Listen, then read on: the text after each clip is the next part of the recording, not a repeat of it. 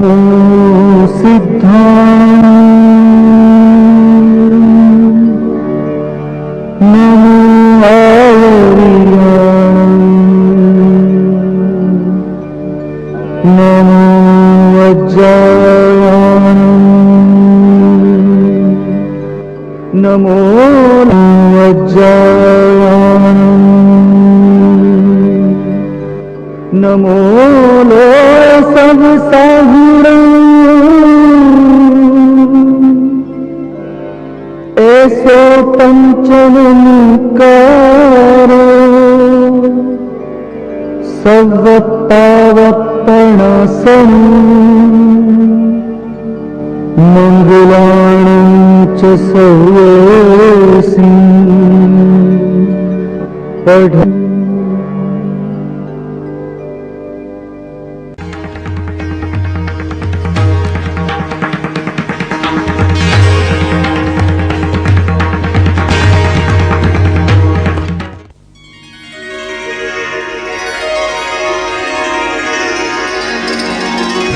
प्रगति में किसी भी बात को अंतिम सत्य के रूप में नहीं स्वीकारा जाता है एवं इसी कारण विज्ञान अनेक स्थानों पर अपने सिद्धांतों में आमूलचूल परिवर्तन करते आया है।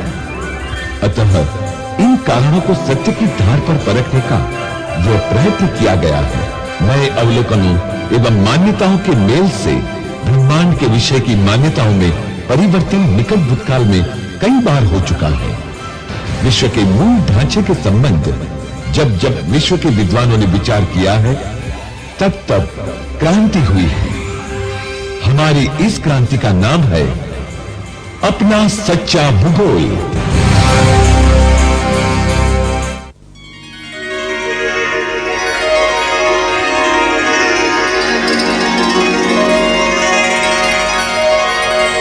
प्यारे विद्यार्थी भाइयों और बहनों, भारतीय तत्वज्ञान पीठ के आचार्य श्री हमारे आमंत्रण का स्वीकार करके यहाँ पधारे हैं। हम उनका स्वागत करेंगे। आइए।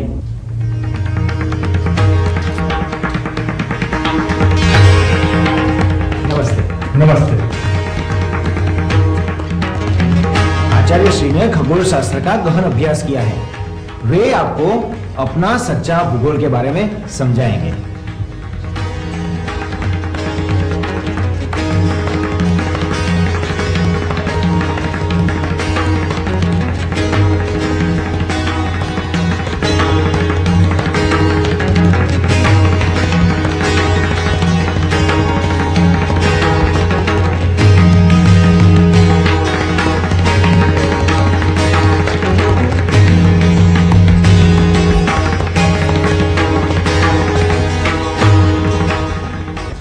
आज का हमारा विषय है अपना सच्चा भूगोल।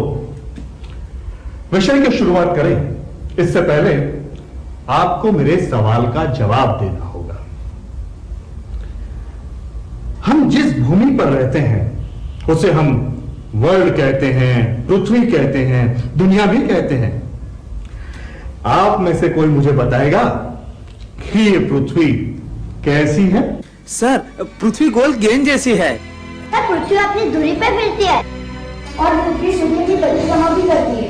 आज तक आपको जो सिखाया गया है वही आपने मान लिया है, मगर पृथ्वी गोल नहीं है, अपनी धुरी पे फिरती ही नहीं है और सूर्य की परिक्रमा भी नहीं करती।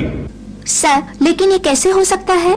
हमारे वैज्ञानिकों ने अपने अवलोकन और कल्पना के आधार पर विश्व का मनगढ़ंत चित्र का सर्जन किया है और हमने मान भी लिया है।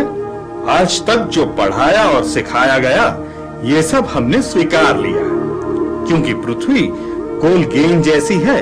ये साबित करने के लिए सबसे पहले सरल प्रयोग और उदाहरण देखेंगे अपना सच्चा भूगोल में।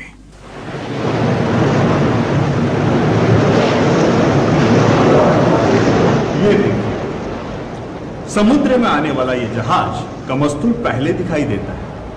जैसे जैसे वो जहाज नजदीक आता है वैसे वैसे धीरे धीरे उसका ऊपरी भाग दिखाई देने लगता है और फिर उसके बाद नीचे तक संपूर्ण जहाज दिखाई देता है। इस अवलोकन से हमें बताया गया है कि पृथ्वी गोल है, इसलिए दूर से आने वाला जहाज पृथ्वी की गोलाई में दृष्टिगत भाग के नीचे रहने पर उसका सिर्फ मस्तूल दिखाई देता है, और जहाज नजदीक आने लगता है तो गोलाई के निचले भाग से ऊपर आने लगता है, और जब जहाज एकदम नजदीक आता है तो पूरा दिखाई पड़ता है। लेकिन यह अवलोकन अधूरा है, गैर समझ पैदा करता है। आपको यही तो सिखाया गया है, लेकिन अभी हम आपके सामने सच क्या है वो बताएंगे। देखिए, वही समुद्र, वही जहाज। अभी हम दूरबीन से आने वाले जहाज को देखेंगे। वही जहाज जो अपनी नजर से बिंदु जैसा लगता था और उसका सिर्फ मस्तूल दिखाई देता था, वो दूरबीन से देखने से पूरा जहाज दिखाई देता है। इसका मतलब है कि पृथ्वी समतल है। भला ऐसा क्यों? वजह यह है कि हमारी आंखों की देखने की निश्चित क्षमता होती है, और इसीलिए तो जहाज बिंदु जैसा दिखाई देता है। जिसे हम मस्तूल का भाग समझते थे, वह वही दूरी पर दूरबीन से देखने से पूरा जहाज दिखाई देता है। इसका मतलब है कि पानी समतल है, पृथ्वी में गोलाई नहीं है, पृथ्वी गोल गेंद जैसी नहीं है। यह प्रयोग छोटा बालक भी कर सकता है। यह भी कहा गया है कि गुरुत्वाकर्षण के सिद्धांत के अनुसार जल गोलाई में रहता है, लेकिन पृथ्वी की गोलाई का सिद्धांत ही गलत साबित होने से गुरुत्वाकर्षण का सिद्धांत भी काल्पनिक है। अब देखिए ये रेलगाड़ी की पटरियां। रेलगाड़ी की ये पटरियां के बीच खड़े होकर दूर तक दृष्टि डालने से दोनों पटरियां एक साथ मिलती हुई दिखाई देती है। ऐसा क्यों होता है? अब एक दूसरा भी चित्र देख लीजिए। इस चित्र में 4 कोने वाली पतंग उड़ती हुई दिखाई देती है। अभी देखो, एक पतंग कटकर दूर तक चला जाता है। कटी हुई पतंग बहुत ऊंचाई पर चली गई है और एक बिंदु जैसी दिखाई दे रही है। क्या ऊंची उड़ती हुई पतंग को देखने में पृथ्वी की गोलाई का अवरोध है? पतंग तो भला आकाश में उड़ रही है। अतः पृथ्वी की गोलाई का अवरोध कहां से होगा? सर, ये तो सोचने वाली बात है। सर, ऐसा क्यों होता है? इसका एकमात्र कारण है हमारी दृष्टि सीमा। जहां दृष्टि सीमा पूर्ण होती है, उसके बाद सभी वस्तुएं गोल बिंदु के रूप में दिखाई देती हैं। यह तो है हमारी आंखों की विशिष्टता, यानी कि देखने की